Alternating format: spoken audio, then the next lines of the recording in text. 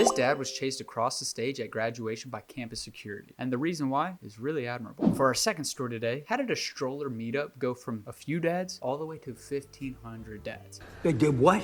And eventually earned the 2025 Parents Next Gen Award. And for our community highlight today, we're talking with a young dad of 3, share some fun stories and some tips and tricks he's learned balancing being a dad and an entrepreneur. All that and a little bit more today on the Good News. Run it. What's up?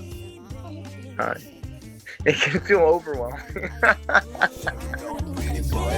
Hey, how you doing? Do I look good from where you standing? I know I do. I know there's a couple of things in life I need a bandage. Welcome back to the Good News, y'all. Show where we look at good news from around the world, checking out different countries, communities, industries. And in today's episode, Gen Y and Gen Z dads. I love you, Daddy. All that matters is politics is left to the side. And with that, my name is Logan, and let's dive right in. Autobots, roll out. Now let me ask you, what's your favorite memory with your dad? Was he your basketball coach? Did you two have a favorite movie? Whatever comes to mind, let us know in the comments. I'm excited to read them. To start things off, imagine you're at a college graduation, and suddenly you see your classmate being chased across stage by campus security, all because he made a promise to his son. That dad is Jean-Paul Allerab, a 25-year-old graduating from the University at Buffalo. And he wasn't just walking for himself. Weeks before the graduation ceremony, he made a promise to his son. When he got his diploma, his little man was coming with him. That's amazing. Now here's the twist. The university had a rule that Jean-Paul didn't really know about. No babies on stage, which is a strange rule to begin with, and I can't even really imagine what would have made that rule necessary in the first place. Necessary? But I'm sure most parents would have just shrugged it off and went along with it. But not Jean-Paul. He made a promise, and he intended on keeping that promise. So when the big moment came, he picked up his little guy, held him tight, and went across anyway. But I can't carry you. And when the crowd realized what was going on, everybody applauded him. And what could have just been a fearless father-son moment turned into something much bigger. The moment with Jean-Paul springboarded a conversation about how tough it really can be to be a student parent. I never really thought about it like that. Honestly, Jean-Paul shows you that fatherhood isn't something you just put on pause while you chase your goals. It's there with you every step of the way. And the way he stayed true to himself and his son in the face of adversity is such a powerful reminder that being a great dad is about showing up. Not just when it's easy, but when you could get in trouble too. Even if the little fella you're doing it for won't know about it for a while. That's my dad!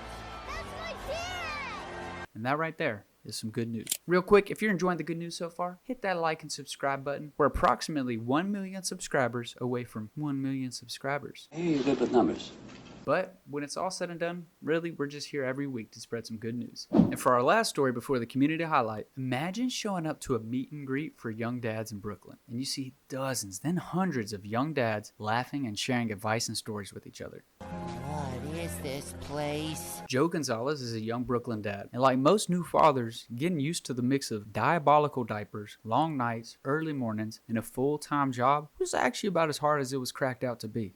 Guess maybe I should have seen it coming, huh? But instead of figuring it out alone, Joe decided to find other dads who were right there with him along on the same ride. But there was a problem. In Brooklyn, there weren't many involved parenting groups for young dads. And if Joe didn't want to end up lost and missing the mark as a father, he'd have to figure out something fast. And then what did you do?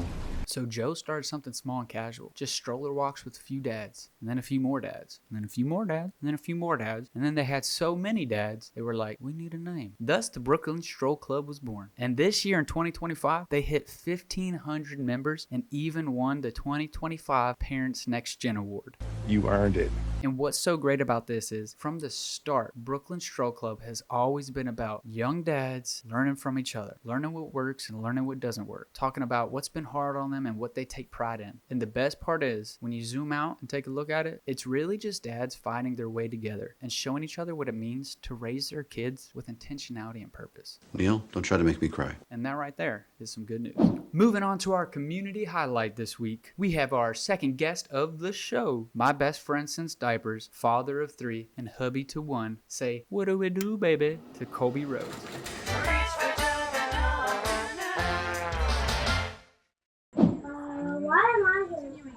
You don't have to talk. You just want to.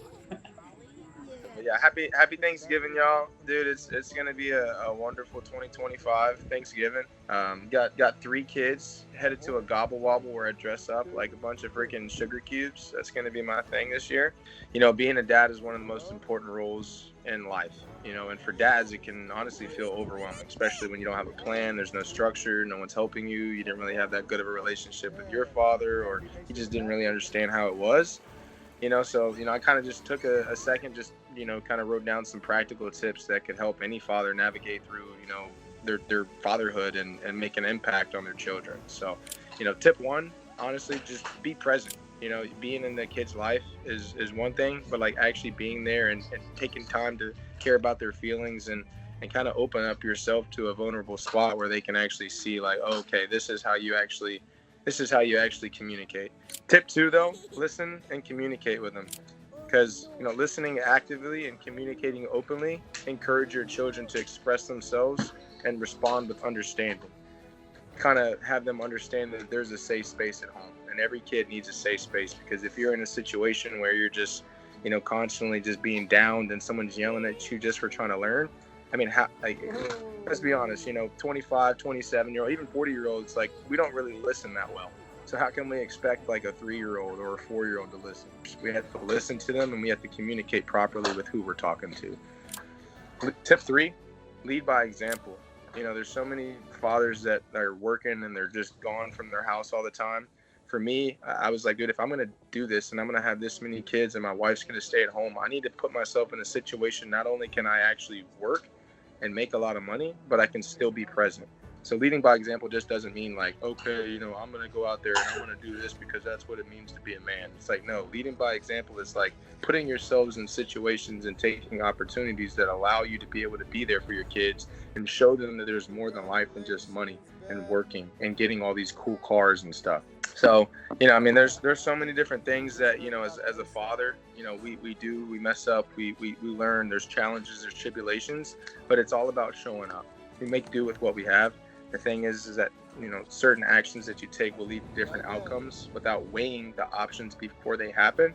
Kind of get caught up in life, and we often neglect the things that are right in front of us. That about wraps up this week's episode of The Good Nüs. And if you see value in this sort of content and you believe in it, show that subscribe button who's boss. It's Brooks's time to shine, baby. We're here every week, and in the near future, once it becomes available, I got something really big I want to roll out. You'll know it when you see it, believe me. I believes it when I sees it. And if you have any good news going on in your life, no matter how big or how small, let us know in the comments. We'd love to shout you out in the next community highlight, which eventually we might just get rid of the fun fact segment and do a community highlight every week, but keep that between us. Oh, good. I love secrets. So be sure to get plenty of doom scrolling in Friday to Wednesday, because next Thursday, for on time, on schedule, and on demand, we're going to be right here talking about some good news, and we hope to see you there. As Patches O'Houlihan says, bye-bye. Hey, karma, how you doing? Tell me what it is. Do I look good from where you standing? I know I do. I know there's a couple of things in life I need a bandage. Hey, karma, What's up, baby? how you doing? Tell me. Do I look good from where you I standing? feel like I need some help. I know there's a couple of things in life. I know there's